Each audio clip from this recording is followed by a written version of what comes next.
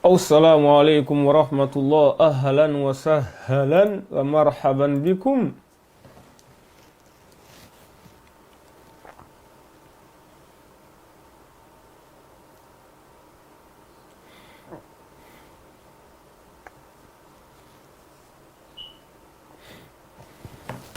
أهلا.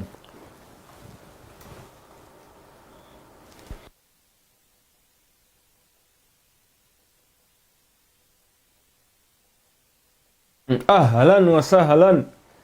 ومرحبا بكم. السلام عليكم ورحمة الله وبركاته. Ko un peu de vidéo kun khuni, un peu de vidéo kun khuni inshallah amina dofo kan sigi ka dofo faso kuma sulude wo kono arnaqueur wo kono proxénète wo kono gigolo wo kono faso jola ala jugu silamɛya jugu dunuba jugu musow jugu alkaba jugu kuranɛ jugu ala jugu silamɛya jugu ko n'a wote dɔrɔn ko wo do aw salamu alaikum wa rahmatullah. Ahlan wa sahlan wa marhaban bikum. An bɛna na fila de bila wo kɔnɔ kafiri ko kɔrɔ dɔrɔn ka tɛmɛ quoi. An b'a faamu wa? O faamuna mafhum? Alhamdulillah, innal hamdalillah nahmaduhu wa nasta'inuhu wa na'udhu billahi min shururi anfusina wa min sayyiati a'malina. Man yahdihillahu fahuwa al-muhtadi wa man yudlil falan tajida lahu waliyan murshida. Ame ala foka ala barakada ya Allah setigi masa jabaru akilendron de wahidun akilendron la sharika lahu wahdahu la sharika lahu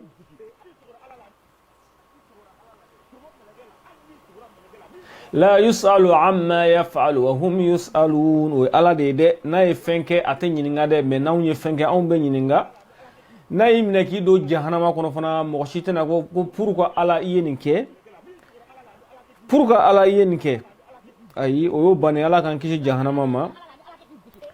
me kafiru ala kelime ka jahannama de promesse tawye parce que ko tiete wa ji a yawma idhin bi jahannam yawma idhin yatadhakkaru al-insanu wa anna lahu dhikra. Alkiyama jodo ala bena ni jahannama ye ka tila ka kafiri denw ka jahannama yirula ko a filɛ nin ye tiɲɛ do wa tiɲɛ tɛ afasihurun hadha am antum la tubsirun. Donc an bena vidéo partager entre temps. dɔw b'u ta daminɛ ni musique an b'an ta daminɛ ni ala ko de. Bismillah.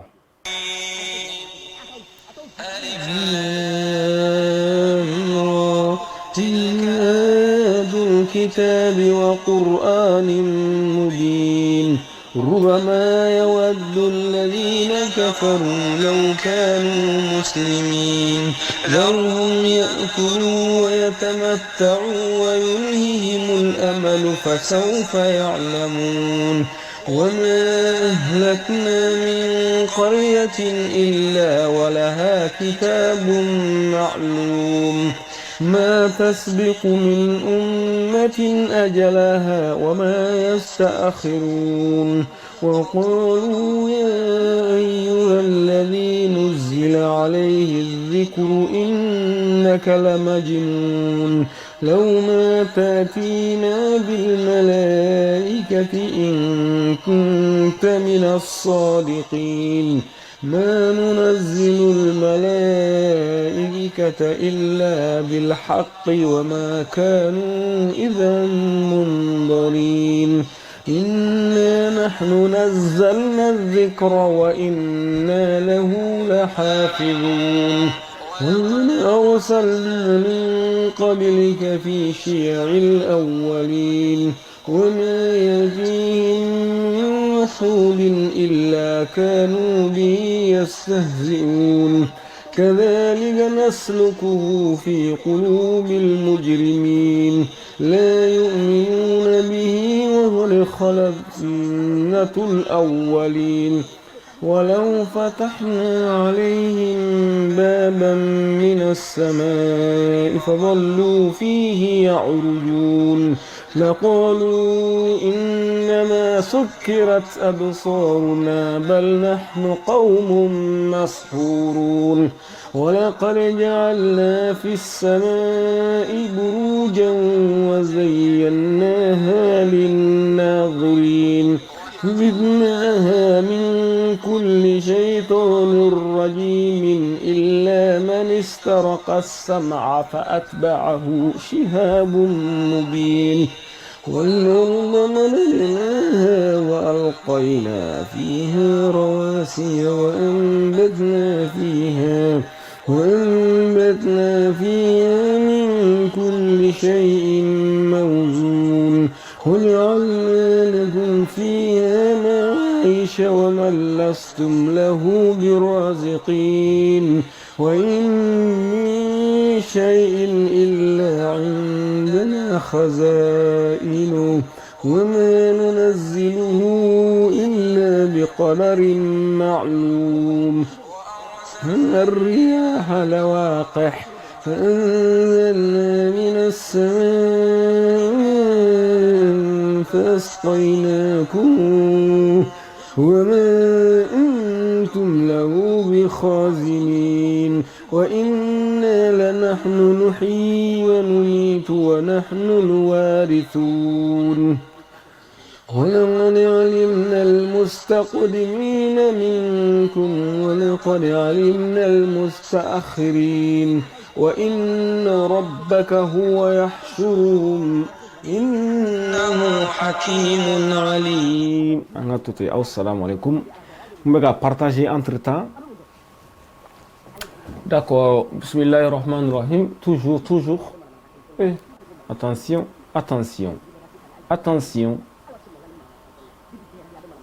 Et attention. Vous me direz que c'est grave.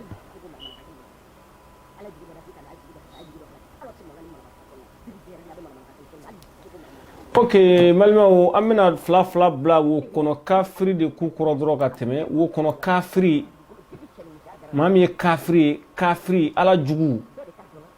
de kafiri. D'accord, amina kuma aka page dobe no aka konti dobe no ko Bilal la suite aba dugoye ka ala dogoya ka ala kra dogoya kisi nema baye ka islamia buruja.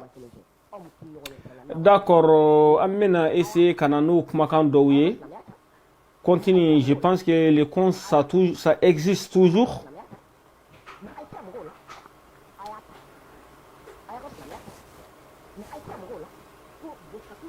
وإنا لنحن نحيي ونميت ونحن الوارثون ولقد علمنا المستقدمين منكم ولقد علمنا المستأخرين.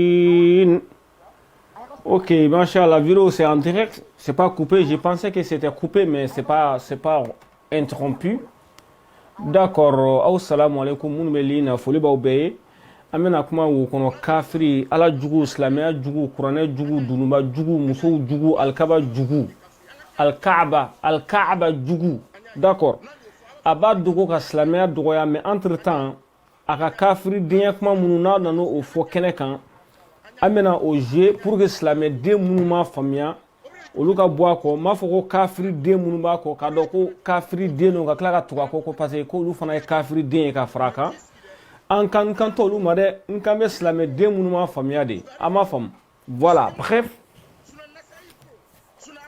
kone ko na wute ko wodo ko wante sra nteta wante machi fana ko nge obike ke wa ko ben no la fana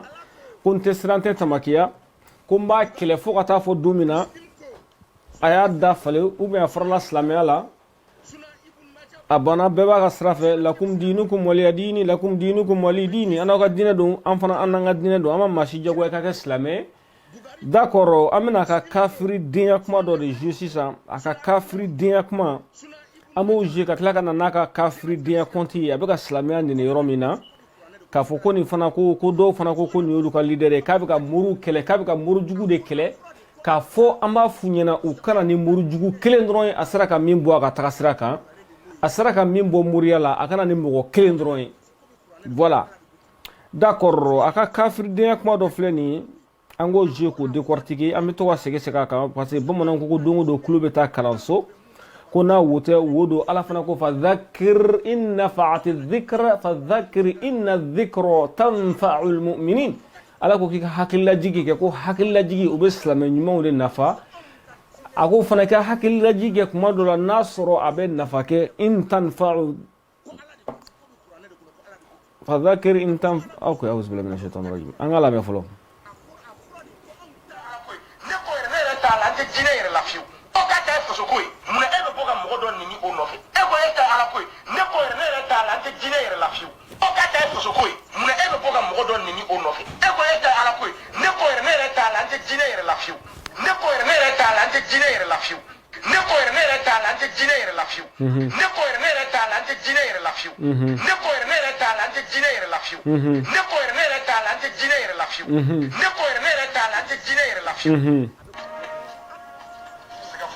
Ok, mbalima au beya me kaba ako kata la kate dine relafio ko ale doko ale ko kale ta efaso ko e dongo do nebe gale neni ko me ka ale te dine relafio comme ale ta efaso ko e me ale te dine re de lafio anu nga dine ni tala ye kafiri de ni te islamedro ye kafiri de ala buru fo qur'an kono wa hadaynahu sabila imma shakiran wa imma kafura ala ko adamadi ay sera fla de yirila islamé à droite islamé ou bien à gauche il est kafiri de donc l'islamé te kafiri de do ako kate dinela ni te dinela il animisi il est kafiri de fana surtout ni kafiri de sugu min ko ko fo atafra islamé ya nyela islamé te jagoye ka fo kamta imposer mo shide kuna mais an ko de ni tala ibiga srafe an fana an banga srafe abana kuna wute dro ko wudo mais ale ko ateslamia la o mabo ay ale tafra islamia de ay nyere la tukuni ko fo ale ka campagne de ke ka se ka bebo islamia la ay ref ko aka adadangale na ala ka danga ba ko wa ali dangale kala ka danga ba ko ala ka danga ba ko melgaw ka danga ba ko wa jin aramadin be fana ka danga ba ko wa nasu ajma'in d'accord kat islamia ka mogomte dinela eko ete dinela mais alsa ete ka se ka fara dinela en fana ne pouvons pas comprendre ça là, c'est famille. D'accord, on va continuer. Parce que moi je vous dis, soma molode, ala jugu, slamia jugu, corona jugu, dunba jugu, adamadea jugu. Proxénète, on a kuma dans la main, alsa on va continuer. Avec la kana, aka Bilal la suite page. Continue de voir le Facebook, ko Bilal la suite. Après doué de slamia nini ka ala nini parce que na ko kamno kesiza pamparampa mo bena somia là, on a la main. Amena soma ko galo mi islamia ko fe kaya kale ko billahi ka ba fo galo mi islamia ko fa ko ale bulo islamia e galo ni arabu ka ko la benene do ore ma c'est pour ka ba fo ko toute religion véhicule la culture du peuple qu'il a inventé aka modo fanaye ko dîner au dîner mo mi a inventé ka abole ka culture promotion ke quoi on va continuer on va la mais da o mentigilai ka frido ala juglo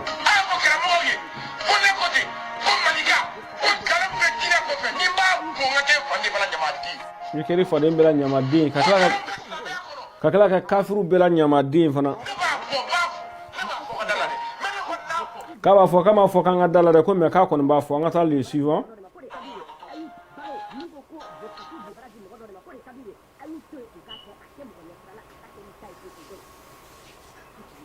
e ka fri ko kana fo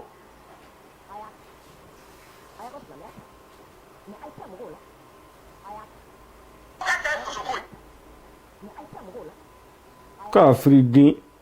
e bisa salama kile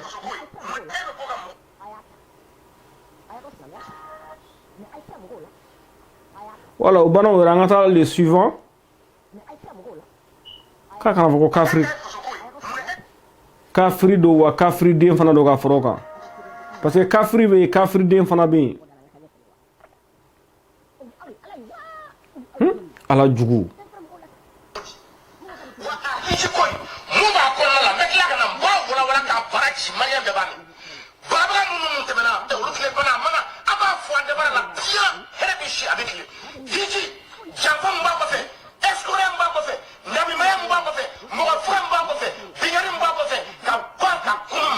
hakilika o mun b'a kɔfɛ ala ko tɛ bi ala ko tɛ sini kira ko tɛ bi kira ko tɛ sini taa ɲini don mɛ tila ka na a ko hiji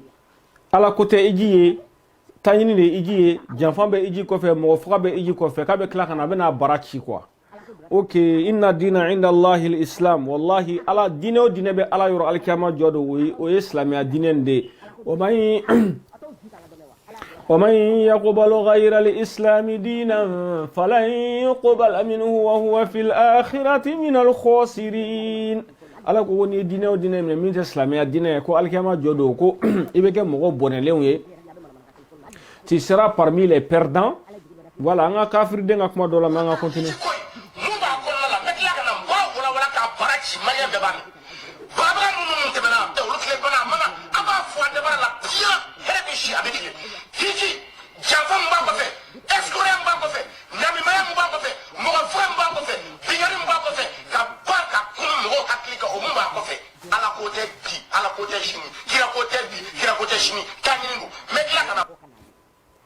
mais de iji an ka taa ka suivant na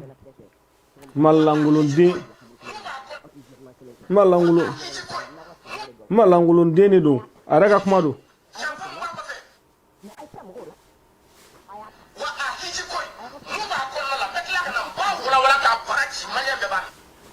ko iji janfa de b'a kɔfɛ iji mɔgɔ faga de b'a kɔfɛ ka ban ka kunu mɔgɔ hakilila o de b'a kɔfɛ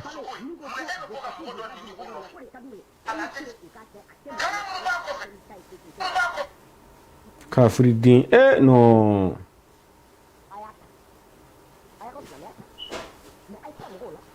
ne ba j'ai bien ah mais de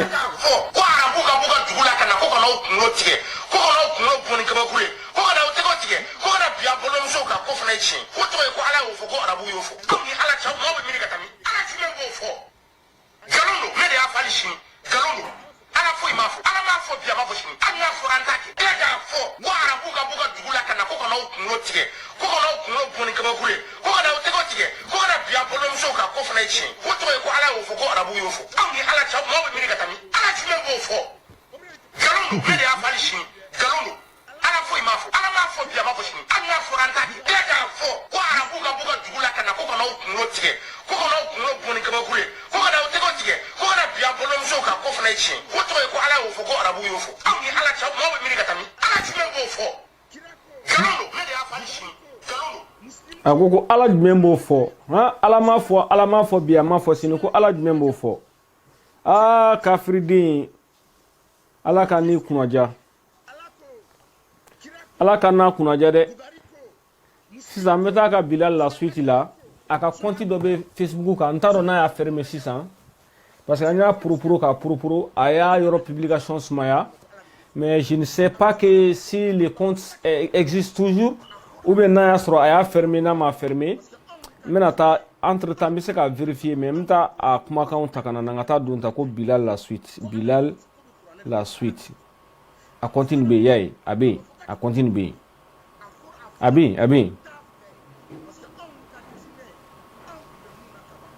bɛ yen a ka publication laban a kɛra le 18 juin 2018 juin 2019 ça fait un an juin juillet août septembre octobre novembre décembre san kelen ni kalo 8 kalo 6 san kelen ni tila halisa compte bɛ yen nɔ publication laban kɛra o de la san kelen ni tila an bɛna ka kafiridenya dɔ ta ka décortiquer ka yira maaw la a bɛ min fɔ video la a bɛ taa dugukolo de kɛ kɛrɛfɛ an ka lajɛ fana de ko k'ale seere bɛ ba kɔ dununba wele kalana wulumusoni b'o bi o de seere bɛ ba kɔ d'accord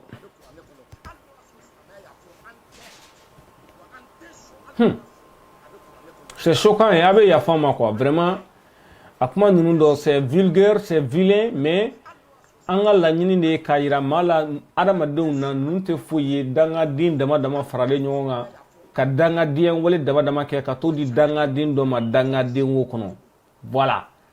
u k'u ka ko kɛ u ka silamɛya sen bɔ la dɔ nana an ka video kɔrɔ bi ka na commentaire kɛ ko ale kafiri ko il est fier d'être ale kafiri ye ko il est fier d'être kafiri ka kafiriya u bɛnnen don a ma a b'a kunkɔrɔta n'a ka kafiriya ye ne ko a ma an b'a fɔ maa si ɲɛna i ka kɛ silamɛ an ko dɔrɔn a y'a ka kafiridenya kɛ a ka mɔgɔw ka diinɛ saboteli dabila a ka mɔgɔw ka diinɛ dɔgɔyali dabila i n'a fɔ ala yɛrɛ b'o fɔ anw silamɛw ɲɛna cogoya min na kuranɛ kɔnɔ ala ko a ko wala tasubbu alladhina yad'una min dunillahi fayasubbu allaha adwan bighayri ilm ala ko an kana kafiru ka batokɛfɛnw neni n'an y'olu neni u bɛ an fana ala neni donc an bɛ kɛ responsable o bɛ kɛ anw de nɔ ye sisan an tɛ mɔgɔ si ka ala neni voilà an ma mɔgɔ si jagoya fana ka kɛ silamɛ ye o kɔnɔ kafiri n'a y'a diya a ka taa a ba furu o foyi de tɛ s'an ma voilà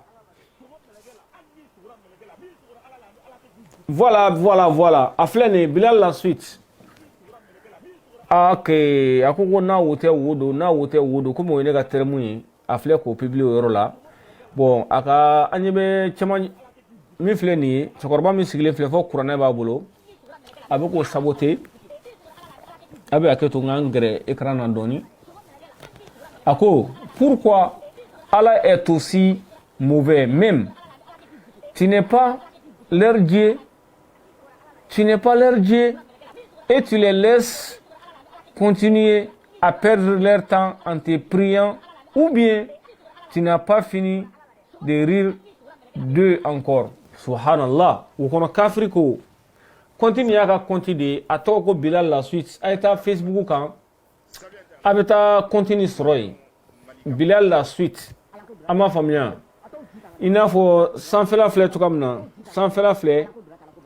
kunkolonin filɛ nin a sɛbɛnnen ko Bilal la suite i n'a fɔ nin photo nin fana filɛ nin ye a filɛ cɛkɔrɔba ni kunkolo fɔ sanfɛla la o fana ye Bilal la suite dɔ ye an ɲɛ b'a la sanfɛla la tan a ko pourquoi Allah est aussi mauvais ko pourquoi a bɛ yafa ma ala ka yafa a'udhu billahi minash shaitanir rajim na'udhu billah wal iyadu billah o kɔrɔ kafiri ko pourquoi Allah est aussi mauvais ko pourquoi ala ka jugu ne quoi ko pourquoi ala man ɲi mauvais ko tu n'es pas leur Dieu ko kuma ala e tɛ adamadenw ka ala de ye wa e tɛ u ka ma de ye wa et tu les laisses continuer à perdre leur temps en te priant ko ala bɛ adamadenw to yen u k'u ka temps perdu ka ala bato ou bien ko walima tu n'as pas fini de rire d'eux encore ko pour ou bien albi ala ma ban yelela adamadenw na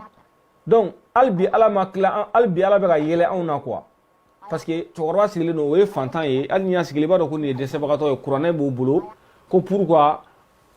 ala olu an bɛ ka ala bato laɲini min pour an bɛ ka ala bɛ ka ala bato pour que hali bi ala b'an to o cɛkɔrɔba to fantanya la photo filɛ nin ye o kɔnɔ kafiri de bɛ nin page nin compte kɔfɛ ko Bilal la suite a tɛ se ka kuma minnu fɔ a ka vidéo la a bɛ t'o sɛbɛnni de kɛ o yɔrɔ la juin 2018 le 18 juin 2018 o kɛra a ka publication laban a yɔrɔ la parce que kuma bɛɛ ne tun bɛ bɔ n'a kuma ye a y'a yɔrɔ jɔ halisa compte ça existe c'est pour que an balimamuso ko ko a jeli dagalen don gansan tɛ a y'a fɔ k'a jeli dagalen don n'an ka la ni y'o vocal yɛrɛ sɔrɔ parce que je pense que je n'ai plus ce vocal kafiriden de don quoi kafiri bɛ yen kafiriden fana bɛ yen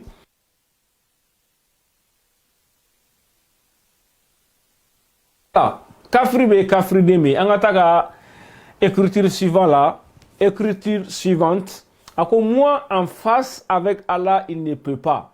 ko n'i y'a bila ale ni ala cɛ face à face la ko ala tɛ se ale la nin ye o kɔnɔ kafiri ka compte min ye ko Bilal la suite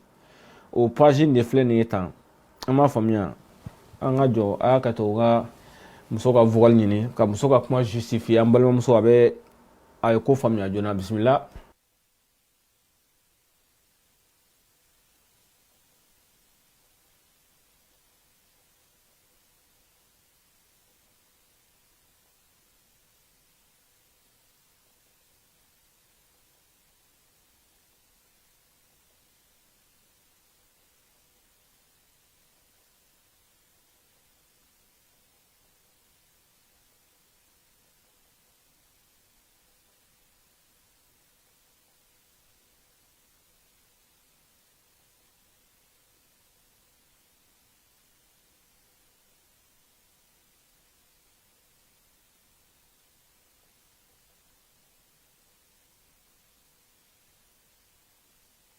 Mbe ka vocal le nyini ta fait mo wora kuma kan ga bola, c'est pourquoi les micro tala quoi.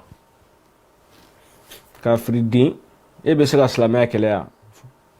dangaden.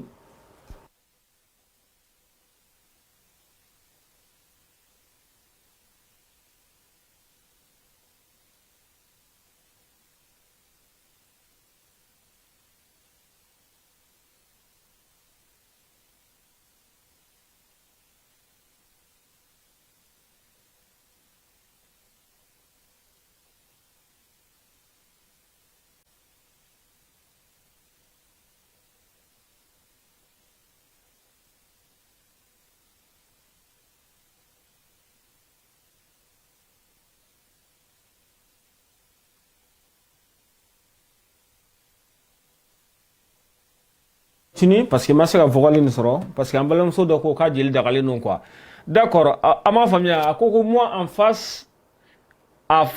avec Allah ko Allah tɛ s'ale la ko n'i y'a bila ale ni Allah cɛ ko Allah tɛ s'ale la. An ka taa sɛbɛnni suivant na a bɛ yafa ma Allah ka yafa an bɛɛ ma. A'udhu billahi minash shaitanir rajim. Allah ka yafa ne yɛrɛ ma n bɛ ka nin kuma jugu ninnu fɔ n da la n ka laɲini tɛ ka Allah dɔgɔya. إنما الأعمال بالنيات وإنما لكل امرئ ما نوى ala kara ko kisna ba ko adamaden bebe sarani ngania de bon ngal la nyini te ka islamia dogoya ngal la nyini kaninga kafiri dia ninga shijugu dia ninga yire do baldia a ninga malangulun dia de ko de yira ambal maula 1 2 3 4 5 6 OK amina ya peut-être mena dorin fara kan tuguni a capture nya beke antado na kumna baraka boy c'est pourquoi j'ai fait beaucoup de capture d'accord amena ni kolofo ako Allah est un fétiche arabe un point beaucoup de traits afora wa abana ko Allah est arabu ga jude na famia ko kuma fora kuma bana quoi we wo kono ka Afrika kuma do abadu ko kuma munike ko Bilal la suite d'accord on va continuer on va phrase on va taga semaine flana na entre temps ijo ngandenga kelen wore fara kan tuguni parce que ngum fumana ni ma mo tega baga ma de kafiri de do ala jugu de do islamia jugu de do jeli dagale no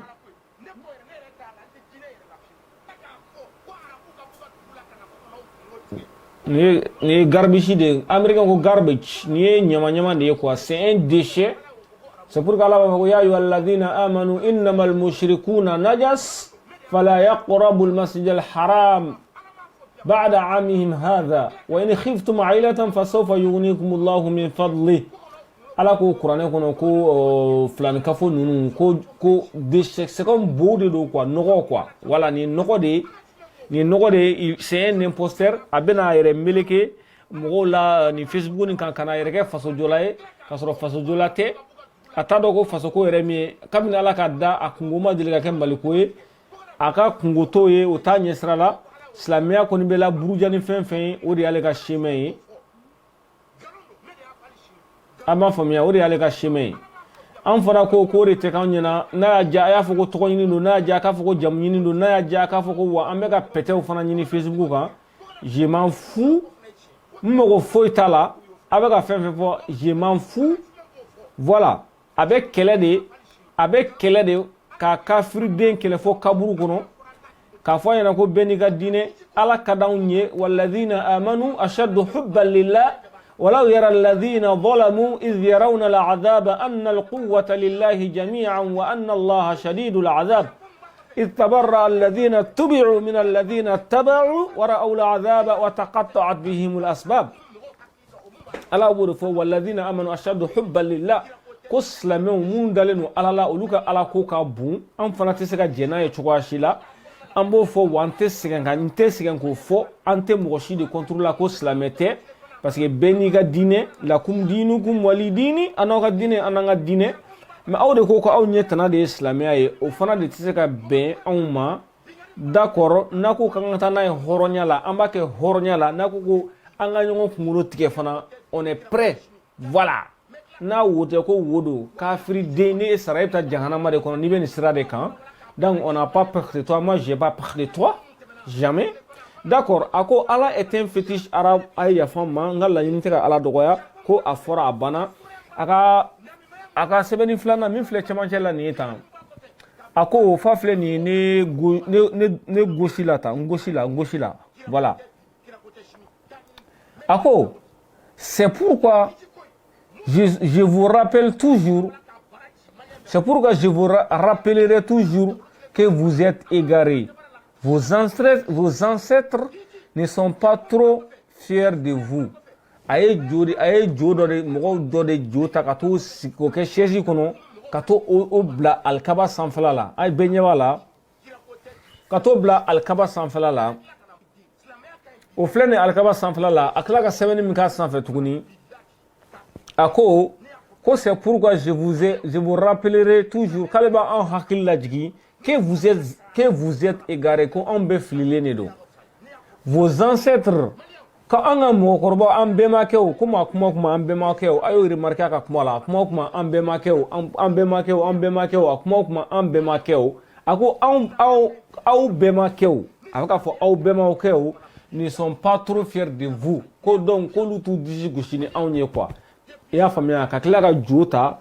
ka jota do silime joka ko ta kila ka to osi alkaba sanfala la abenye ba photo la amna tamina fana astaghfirullah a'udhu billahi minash shaitanir rajim astaghfirullah shiya wa bi wulumfla ako ya ala kala kisi nema baye aye chedo banfla ba kuna bomashi bala nintanga kira bay sallallahu alaihi wasallam a baga la nyini ka anga chidi ni dogoya sallallahu alaihi wasallam ako Muhammad aya fo ko Muhammad sallallahu alaihi wasallam ka kila sebene ko Muhammad sallallahu alaihi wasallam et sa petite femme mineure Aïcha astaghfirullah ko alakira sallallahu alaihi wasallam akla sallallahu alaihi wasallam yare de sebe ko naka muso fitini ko Aïcha ka dobla autour kono ko oluye quoi hein ako apparemment les Aïcha aiment faire des victimes hey ko kabe ko mi Aïcha to nunu ko ga ku yere ke victime ko kadu yede ko ka bodo ke victime c'est comme ça ka ko do bla modo dala ko kadu yede o ban hakli jigi muna parce que aka go chejugude no be ni no aka go trejugude chejugude no be ni no a o de bla droit krobalena kana yere ke Aïcha e donc il veut nous rappeler qu'a faut Aïcha to nunu ku bi se ka mo piéger angana naka o go chejugude ni photo isa ko blanga ekrana ko o blanga ekrana parce que ko dunuba de ko ka sirebe fa bako meteba yere koni ale de sirebe bako d'accord atena me nga page koroni ubina labla na la sonama abisra la kana ubina labla teme quoi mena ici sanino kanani aka deni ni photo e be photo bien akoko les dames fatales me kla ko vidéo fana publier ka foko wante segente nyine mi se ga ali sannan san tan wara kenina ama famwa fana muito comme ça dem mi se ga ali san tan wara kenina tuguni ay ko mena vidéo ci do de matin ngana flide attention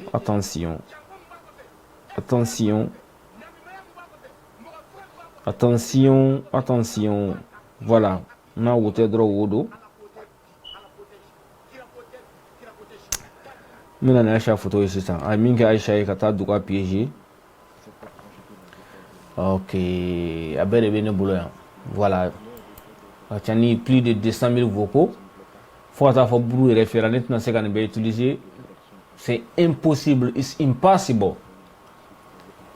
donc ay groupe ci alisini c'est trop tard hein voilà maintenant naka go chejugudi no ala kan kishi ni go ni attention me roj me flo ngana nga fenchi OK autre ni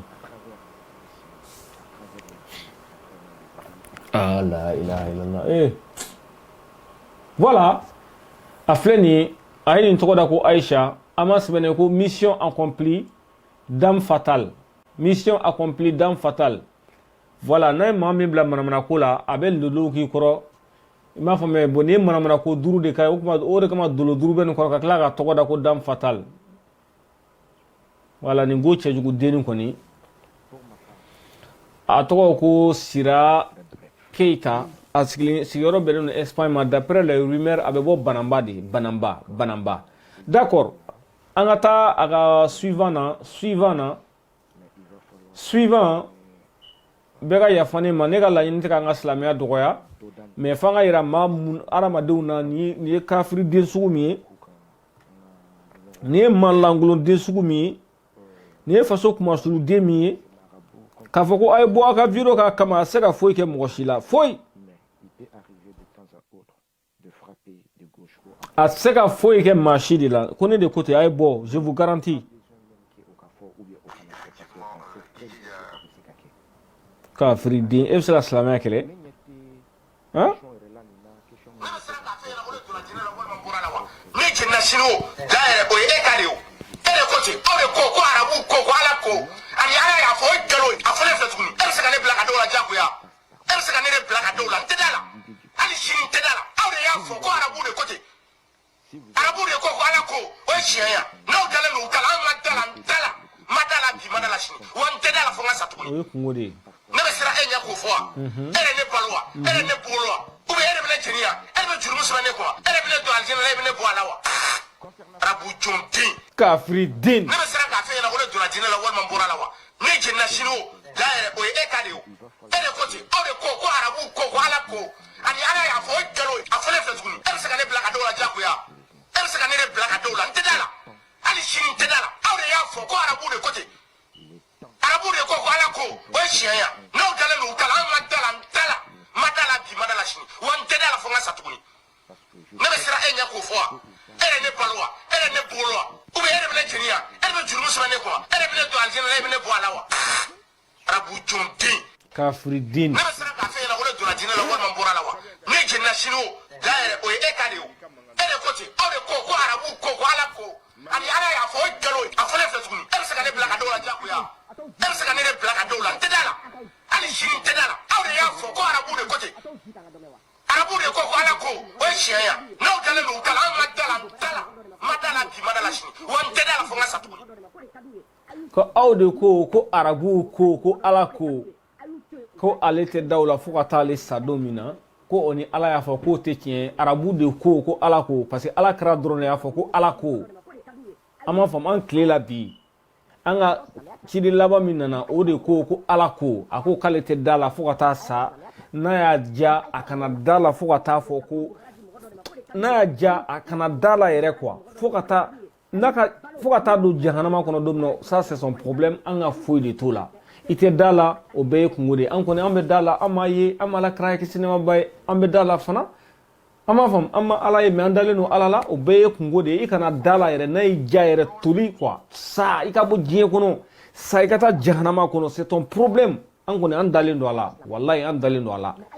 anga ka kafiri dia kuma do fana kalango décortiquer nya fonyana be ya fane manega la yinite ka nga dine dogoya voilà en islamé on ala ko ka buni fembe ala de fama qur'ana kono walladina amanu ashaddu hubban lillah voilà ori kama ala ko qur'ana kono walan tardu anka alyahud wala nasara hatta tattabi'a millatahum ko kafiru nunu ko uteslamia to ko fo anga tuku kode ata dabla abora dine la ota bode fo bere ka bo dine la ka frale nyongon kan ale kan ka kale nyongona kafiride waddu la takfuruna kama kafaru fatakununa sawa'an kafiride uta dabla fo aka ku nyongona kafiride ne beni ka dine do am mo fo ite ka mo si jago ka do dine la beni ka dine mais fara mo ka dine la dron e ko ki itala e ko ke ete dine la e ko ke kumbala e bora ke ete dine re la fiu donc tani ka sra dron tani ka sra he si jugude faso kuma shuru de so ma malo de na ijai kana dala wallahi o yi kungode an ko nan dalen do ala de voilà an ka kuma do kalan tuguni akoya ko pourquoi Les musulmans ont tendance à ne pas voir d'êtres humains devant eux dès que tu leur dis que leur Allah n'est pas le sien. Voilà, aflé. Ko shi bamanan ko shi bina to mamnan kono mbaka kuma min fo mfle kana bo o sebeni do de ka bolo sisan ako ko pourquoi les musulmans ko pourquoi islamiens ont tendance à ne pas voir d'êtres humains devant eux dès que tu leur dis que leur Allah n'est pas les siens, les tiens. Pardon, les tiens, plutôt les tiens. Ko islamiens, ko ni ko dron ko inu te ala kelena dron o tike adamaden quoi. Alors ko ni te islamia la dron antike adamaden. Afle ko de sebe hein. Parce que comment la nyine mui ale ka ala nango ala te kele. O de ma va fa ka vidéo la ko j'ai m'accroupi devant mes ancêtres avec j'ai m'accroupi pour les dieux de mes ancêtres. Ale ka jo k'ale bɛ sujudu bin olu de ye mɔgɔw t'a faamuya parce que kunfindenw de ka ca nɔfɛ kunfindenw kafiridenw munafikidenw olu de ka ca nɔfɛ kelen-kelenninw bɛ minnu m'a faamuya ne t'a fɔ olu ma kafiriden ne t'a fɔ olu ma munafikiden olu ye kunfindenw de ye voilà a ko min filɛ cɛmancɛ la nin ye tan a ko soyez bon, ne soyez pas musulmans, c'est important. Quoi que mon mais au Canada islamien, quoi de nyonte. Quoi de kafsa quoi. Soyez bon, ne soyez pas musulmans. Akake mon mais au Canada islamien, c'est important. Quoi de kaim. À quoi tourner? Dans les courants, souvent, nous traînons gauche fait là-bas, gauche fait là-bas. À ma famille, à gauche. Ako, dans les Corans, souvent, des sourates viennent neutraliser d'autres précipités avant.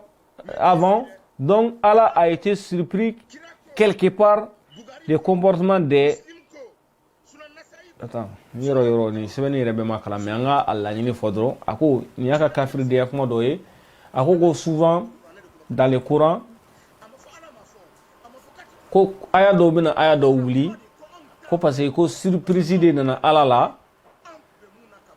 comportement sugu do de o de nana bali alala quoi parce que ko aya do bita aya do wuli aya do bina aya do neutraliser parce que ni yoroni o de ko fo ala ba fo yahdi bihi kathiran wa yudhillu bihi kathiran wa yahdi bihi kathira wa ma yudhillu bihi illa al-fasiqun. Ala ko kuranɛ nin filɛ nin a bɛ mɔgɔ dɔw kana a bɛ mɔgɔ dɔw la fili i n'a fɔ nin n'a ɲɔgɔnnaw sisan ala bɛna fɔ sisan i n'a fɔ par exemple ala b'a fɔ kuranɛ kɔnɔ donc ta écran ba la tan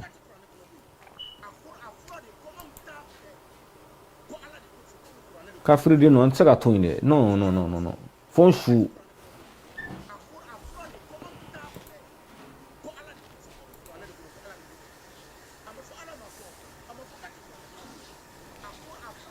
Voilà, ako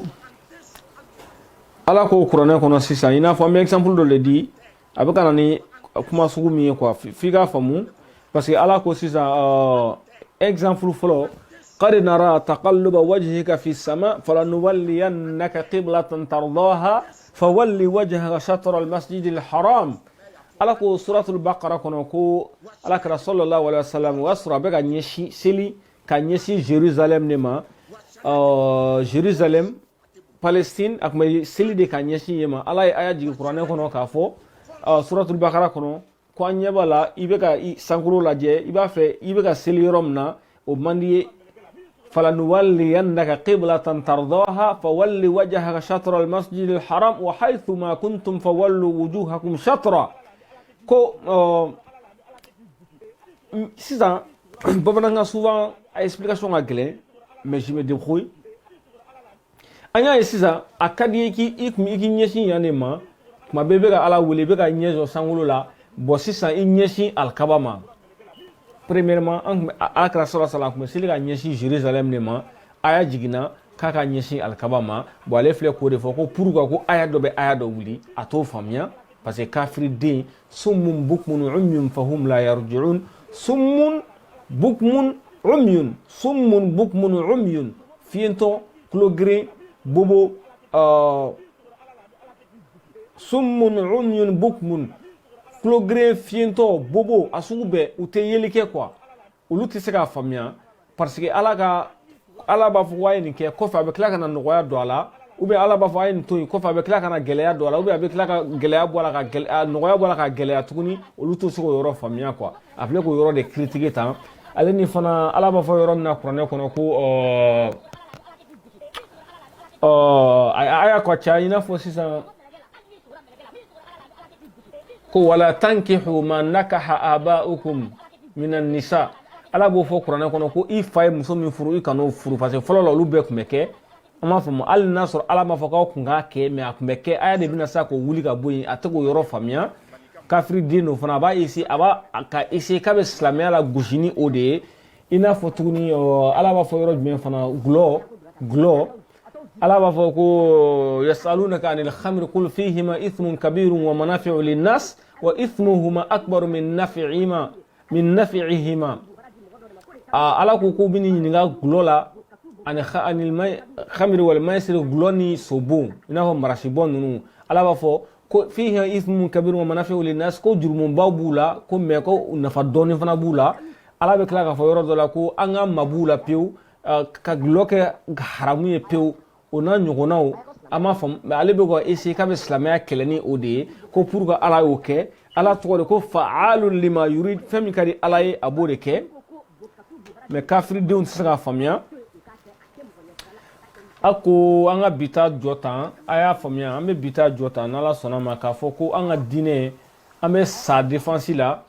an ka diinɛ an bɛ sa nɔfɛ an ka diinɛ an t'a labila maa si ye kafiriden tɛ se k'an bɔ an ka silamɛya kan ala jugu tɛ se k'an bɔ an ka silamɛya kan wala ka dangaden dama dama fara ɲɔgɔn kan ko faso jɔ ko olu bɛ fɛ ka faso de jɔ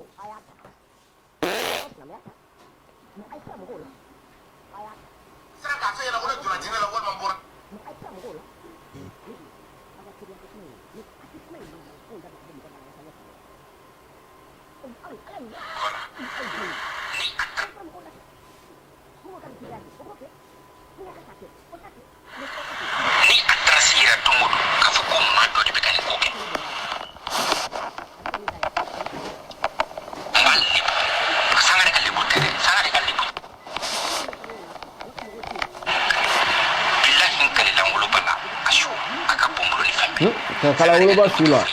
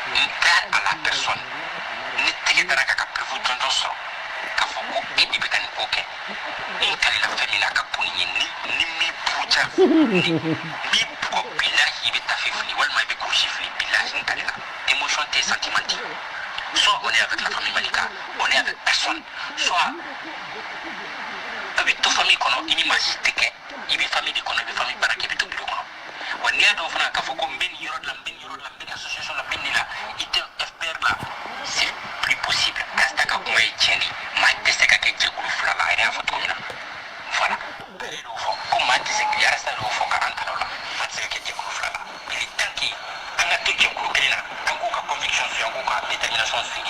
aka ka fasu apana. Ok, malmo ame bita jota wono foye kono basani dibi jabi malika fitini dibi jabi faso jola sans abri ale ko ale yɛrɛ ta jɛnɛya de kɛ tout la quoi d'après les rumeurs a ta jɛnɛya kɛ tout de la tellement que siyɔrɔ t'a bolo a bɛ ka kangari da ka musow ye ko a bɛ kuma laɲini min bɛ tila ka na ni vocal jɛlen fana ye a bɛ n bolo a ko CDR sisan minnu bɛ ka taa CDR la a bɛ malika famille la a bɛ ka kangari dɔ ye k'i se ka k'a fila bɛɛ la ɲɔgɔn fɛ ko parce que arasa yɛrɛ u fana lajɛya a bɛ ka kangari dɔ ye k'u ka bɔ minnu bɛ CDR nɔfɛ u ka taa CDR nɔfɛ siɲɛ kelen d'accord ne bɛna bi ta surunya tan k'a fɔ ko n'a wo tɛ ko wo don ko fɛn fɛn b'a to n bɛ se ka dabila o ni wo kɔnɔ kafiri n'a ye diinɛ to yen a ka bon mɔgɔw hakili ma k'a fɔ ko mɔgɔ dɔ b'a fɔ k'a bɛ diinɛ défend ou bien mɔgɔ dɔ b'a fɔ k'a bɛ ala défend parce que jahiliw tɛ se k'o yɔrɔ faamuya k'a fɔ ko dɔ bɛ se k'a fɔ k'a bɛna sigi ka diinɛ défend donc ne kɔni ko ne ko n bɛna diinɛ défend a y'a faamuya alhamdulillah n'a ma faamuya fana alhamdulillah k'a fɔ ko n tɛ taa ko wa n tɛ maa ci fana voilà ko n bɛ siran dɛ naturellement mais ni ne siranna ninnu de ɲɛ ala ka ne ni minɛ quoi ni ne siranna ninnu de ɲɛ ala ka ni minɛ quoi voilà an b'a surunya tan n'ala sɔnna ma k'a fɔ ko la lutte a bɛ continuer quoi a bɛ continuer ni ala sɔnna ma an bɛ min ɲini fana ala b'o d'an ma insha allahu rabbul izza wal jalal n'a wute dɔrɔn ko wo don dɛ ko père zéro hein voilà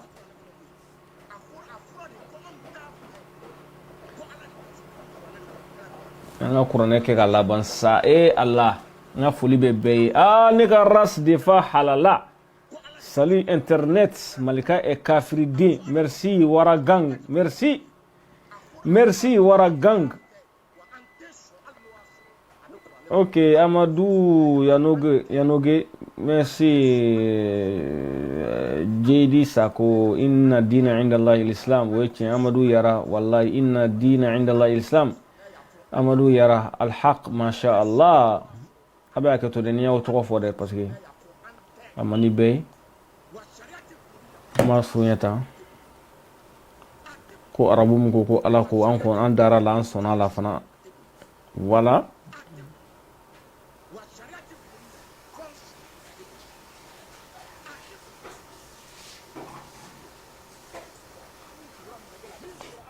Kafirin di bisa ka dine kele dine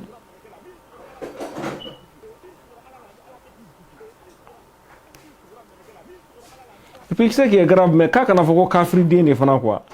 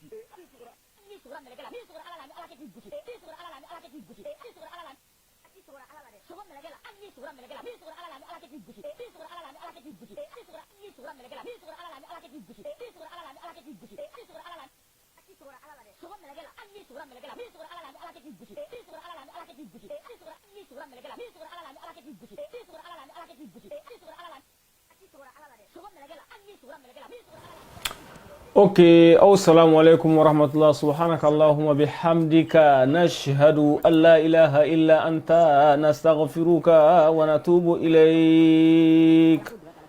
Nastaghfiruka wa natubu ilayk. Burama jaka, Bukhama jaka. ko cɛkɔrɔba ni chauffeur cɛkɔrɔba sijɛ de bɛ taa sigi ka den filaw banini i ma dɔn ko danga ye bo k'e kunkolo kɔnɔ Allah assalamu alaikum an b'a bila tan inshallah k'a fɔ ko père zero de bɛ yan n tɛ taa wa n tɛ maa ci fana dɛ n kɛ n'a wo tɛ wo don ko y'a foyi